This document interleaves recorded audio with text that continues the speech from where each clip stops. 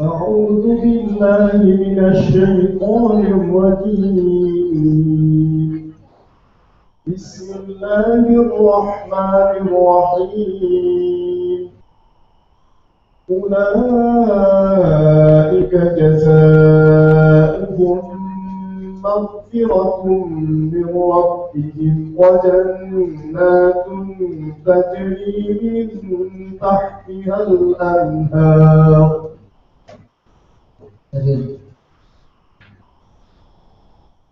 أولئك جزاؤهم مغفرة من ربهم وجنات تجري من تحتها الأنهار خالدين فيها. أعوذ بالله من الشيطان الرجيم. بسم الله الرحمن الرحيم. أولئك جزاؤهم مغفرة من ربهم وجنات تجري من تحتها الأنهار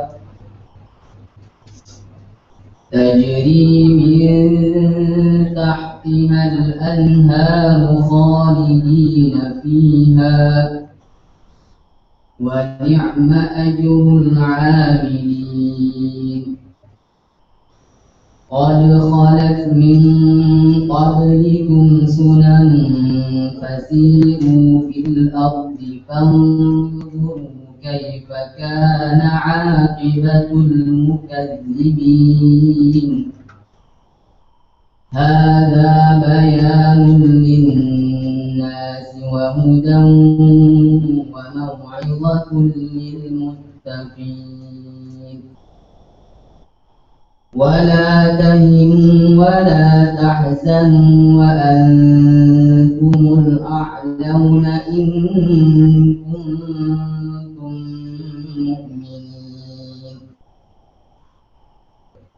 إن يمسسكم قرح فقد مس القوم قرح مثله وتلك الأيام نداولها بين الناس وليعلم الله الذين آمنوا ويتخذ منكم شهداء والله لا يحب الظالمين.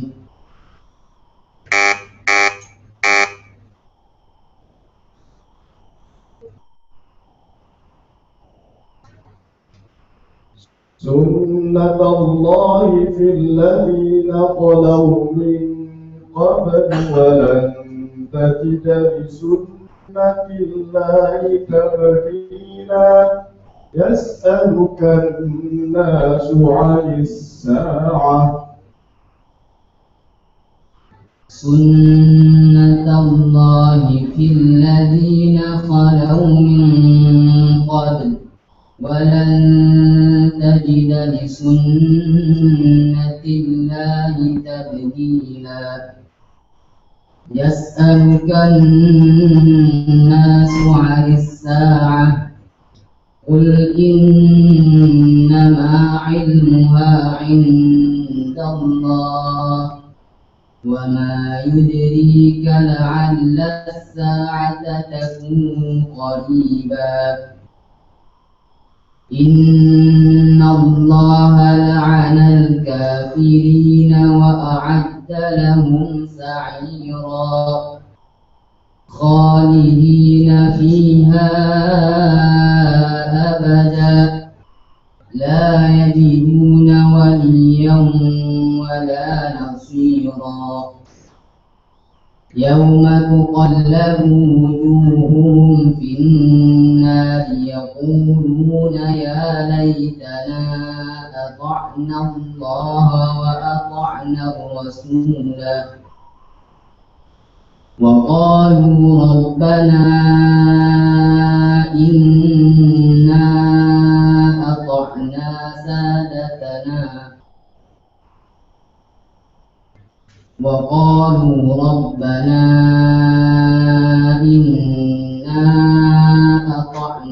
سادتنا وكبراءنا فأضلونا السبيلا ربنا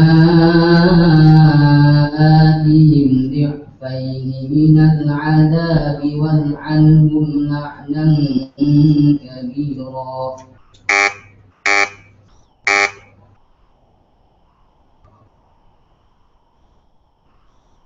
وما أرسلنا من رسول إلا بلسان قومه ليبين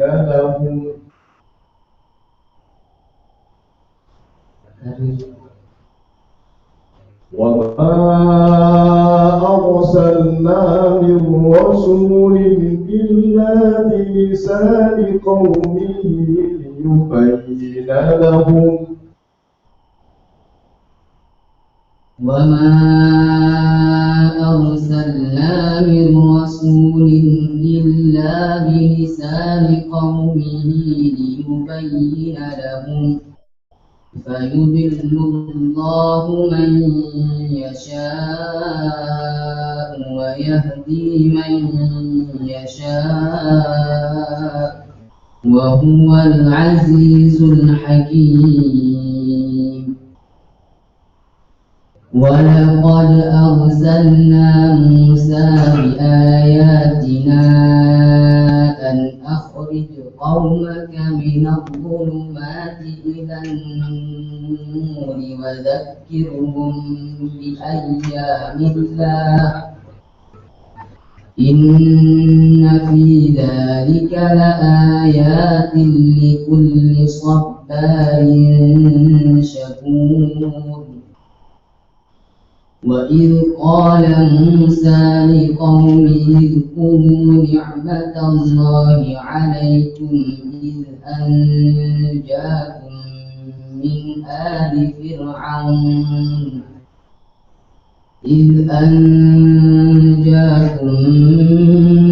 آل فرعون يسومونكم سوء العذاب ويذبحون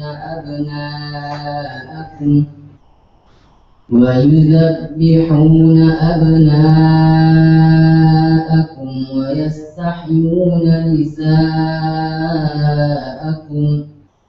وفي ذلكم بلاء من ربكم عظيم.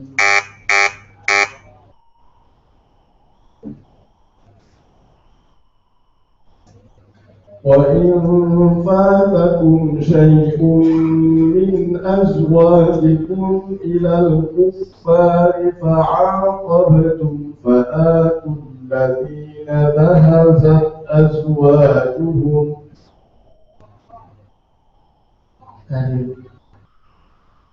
وإن فاتكم شيء من أزواجكم إلى الكفار فعاقبتم فآتوا الذين ذهبت أزواجهم مثل ما أنفقوا.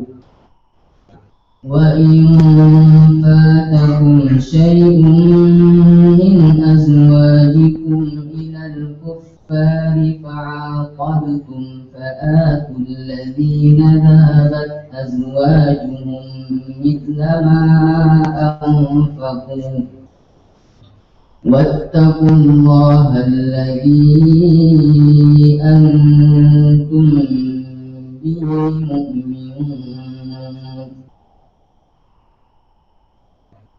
مؤمنون.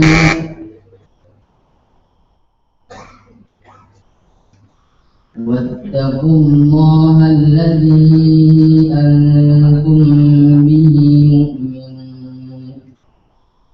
يا أيها النبي إذا جاءك المؤمنات يبايعنك على ألا يشركن بالله شيئا يبايعنك على ألا يشركن بالله شيئا ولا يسرقن ولا يزنين ولا يقتلن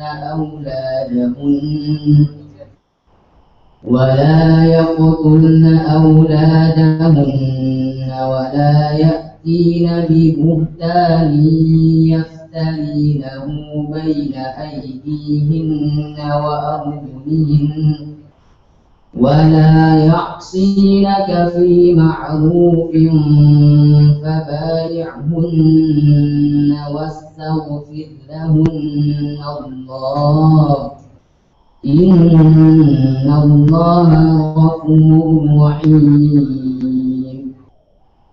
يا أيها الذين آمنوا لا تتولوا قوما غضب الله عليهم قد يئسوا من الآخرة كما يئس الكفار من أصحاب القبور.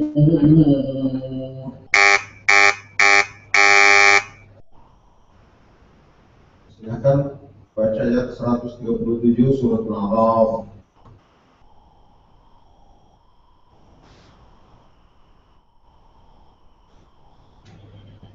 وأورثنا القوم. بسم الله الرحمن الرحيم.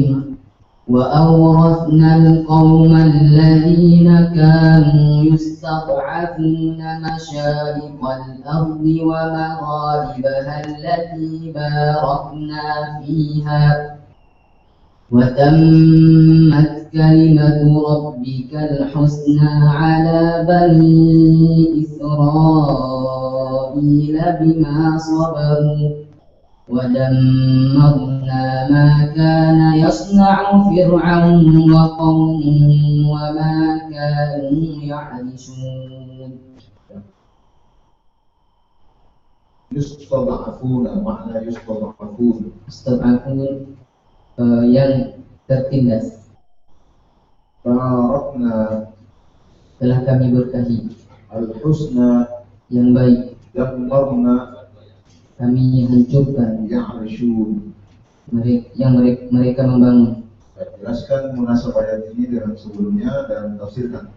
Bismillahirrahmanirrahim. Adapun munasabah ayat ini dengan ayat sebelumnya, di mana ayat sebelumnya Allah menjelaskan tentang balasan kepada orang yang durhaka kepadanya, di mana Allah telah menenggelamkan Fir'aun dan juga kaumnya di dalam laut. Dalam ayat ini Allah menjelaskan balasan kepada orang-orang yang mau bersabar dan mau beriman dan patuh terhadap perintah Nabi Musa, di mana Allah menjanjikan kepada mereka itu negeri yang diberkahi. Bismillahirrahmanirrahim. Allah Subhanahu wa taala berfirman di dalam ayat ini, wa awrasna al-qauma alladziina kaanu yastad'afuna masyaariqal ardi wa magharibaha allati barakna fiha. Dan kami telah wariskan kepada kaum yang tertindas itu negeri bagian timur dan bagian barat yang kami berkahi padanya. Di sini Allah Subhanahu wa taala menggambarkan kepada kita tentang nikmatan yang diberikan oleh Allah Subhanahu wa taala kepada Bani Israel, yaitu Allah telah memberikan kepada mereka negeri-negeri yang dijanjikan. Hal ini sebagaimana Allah Subhanahu wa taala berfirman di dalam ayat yang lain. Dalam surah Al-Qasas Allah berfirman, "Wa nuridu an namunna 'alal ladziina istud'ifu fil ardh wa nuridu an namunna 'alal ladziina istud'ifu fil ardi." Jadi telah kami ingin memberikan nikmat yang banyak kepada orang-orang yang telah ditindas dalam negeri.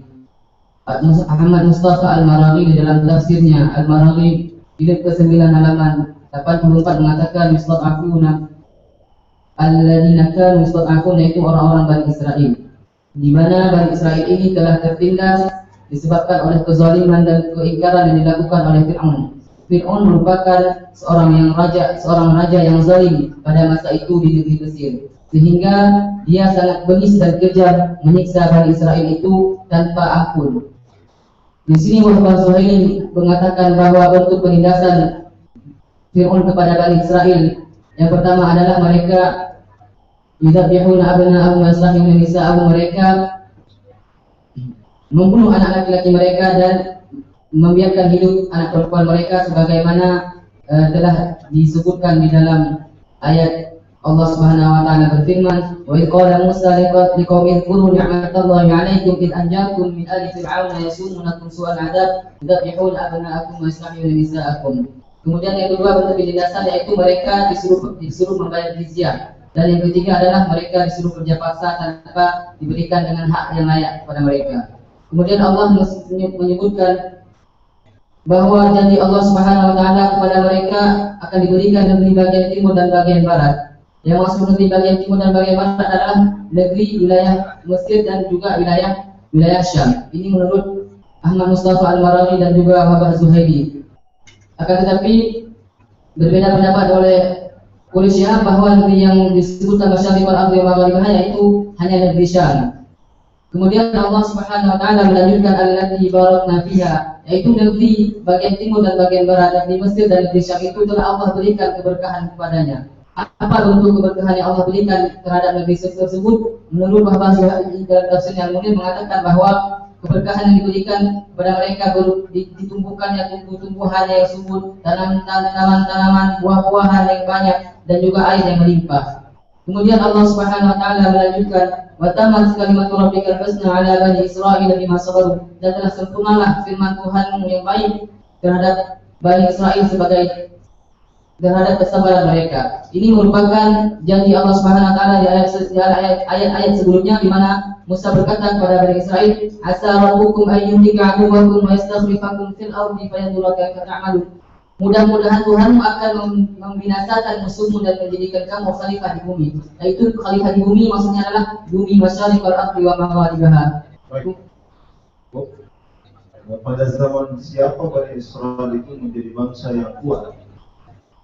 Bani Israel menjadi bangsa yang kuat ketika mereka beriman dengan teguh kepada Allah Subhanahu wa taala dan berpegang teguh pada ajaran Taurat, sebagaimana Allah Subhanahu wa taala berfirman juga, "Walladzina yumassikuna bil kitabi wa aqamus shalah inna la nudhi'u ajral muhsinin." Ibnu Abbas berpendapat bahwa ayat ini yang dimaksud adalah orang Bani Israel ketika mereka berpegang teguh dengan ajaran Taurat dan mereka menunaikan salat, maka Allah Subhanahu wa taala tidak akan menyia-nyiakan mereka. Allah akan menolong mereka di dunia dan di akhirat. Itu zaman siapa? Itu zaman Nabi Musa. Kemudian setelah itu Bani Israel juga Allah berikan keberkahan ketika di zaman Nabi Daud alaihissalam, ketika mereka ingin berperang melawan Raja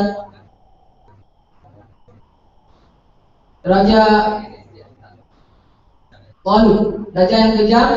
Kemudian mereka mau bersabar disebabkan Allah telah menjanjikan kemenangan kepada mereka, maka mereka pun dapat mengalahkan Raja Talut pada waktu itu.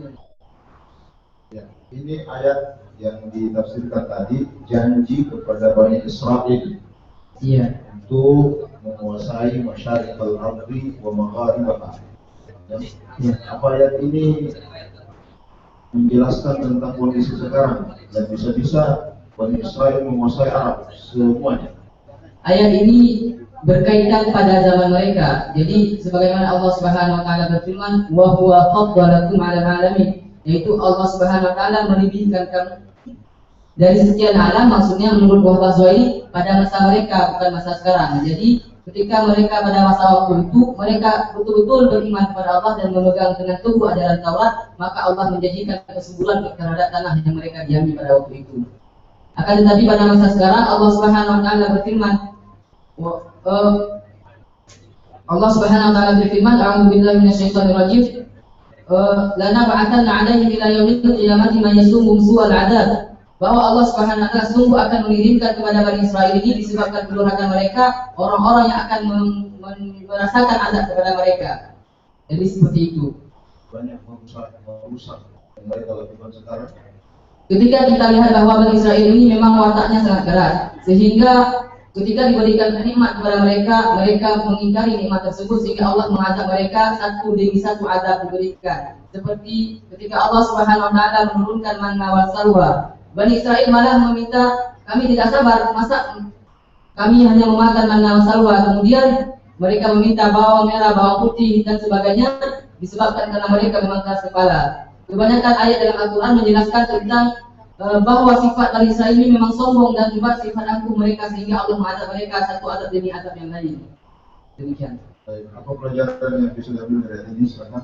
Pelajaran yang dapat dipetik dari ayat ini yang pertama adalah bahwa Allah Subhanahu wa taala akan mengaruniakan kepada orang-orang yang mau berpegang teguh pada ajaran agamanya dengan menunaikan janji-janjinya.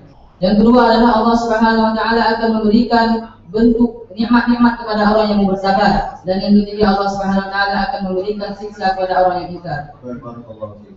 Shadaqallahul azim.